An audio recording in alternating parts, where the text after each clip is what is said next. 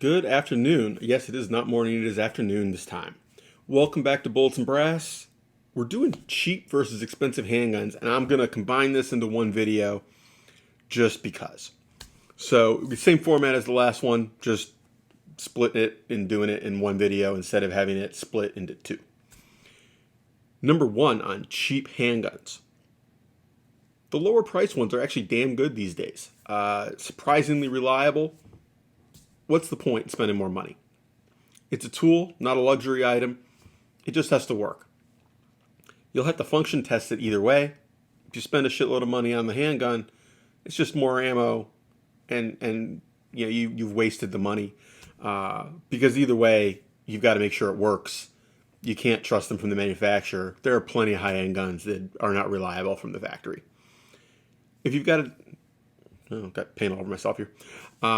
If you if you need to defend yourself, the police are going to take it. You're probably never getting it back, at least not in that condition.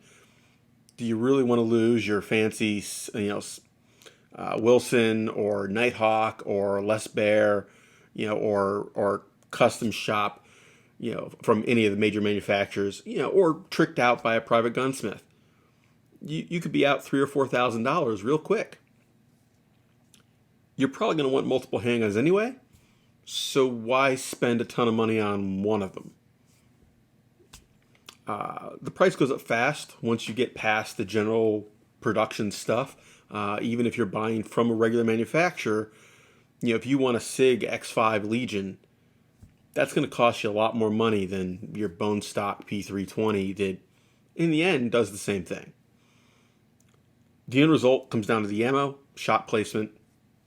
Does it really matter what you launched it out of as long as you can hit it? The extra money is better spent on the ammo. More training, more practice. It's you getting rounds on target, not the gun. And lastly, as much as I love to pick on them, a Glock 19 can be upgraded from bone stock, cheap from the factory or used, to a full-fledged race gun with parts out of a catalog. And most people can do the work. So what was the point of spending, $3,000 or $4,000 for a Terran Tactical, pre-done race gun? Just make it the way you want it. So that was why cheap handguns are better. Now let's do expensive. This one's shorter. Modern production, mind you, not historic. We're not talking collector's value. No, 1800s single action armies or pre-war Walther PPKs or anything like that. You're trusting your life to it. Spend what you can afford to spend. Get the best you can. Pride of ownership. Some of the high-end handguns really are just awesome. They feel awesome. They look awesome. It's like having a really nice car, a piece of really nice furniture. There's a certain pride of ownership of this piece of hardware that is truly better than most. Bragging rights, because, it's a thing. At least one handgun, one high-end handgun, is a worthwhile addition to any collection, even if you mostly use and carry your cheaper stuff. Sometimes it's just nice to pull out that one premium piece of hardware and enjoy the fact that, it's a thing. And at some point, they become objects to art, regardless of the fact that it's a firearm.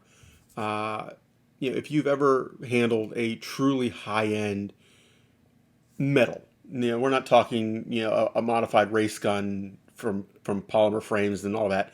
We're literally talking, a premium Wilson Combat one, not one of their general ones, but like one of their high-end models, a high-end Nighthawk, a high-end Ed Brown, some of the smaller private gunsmiths.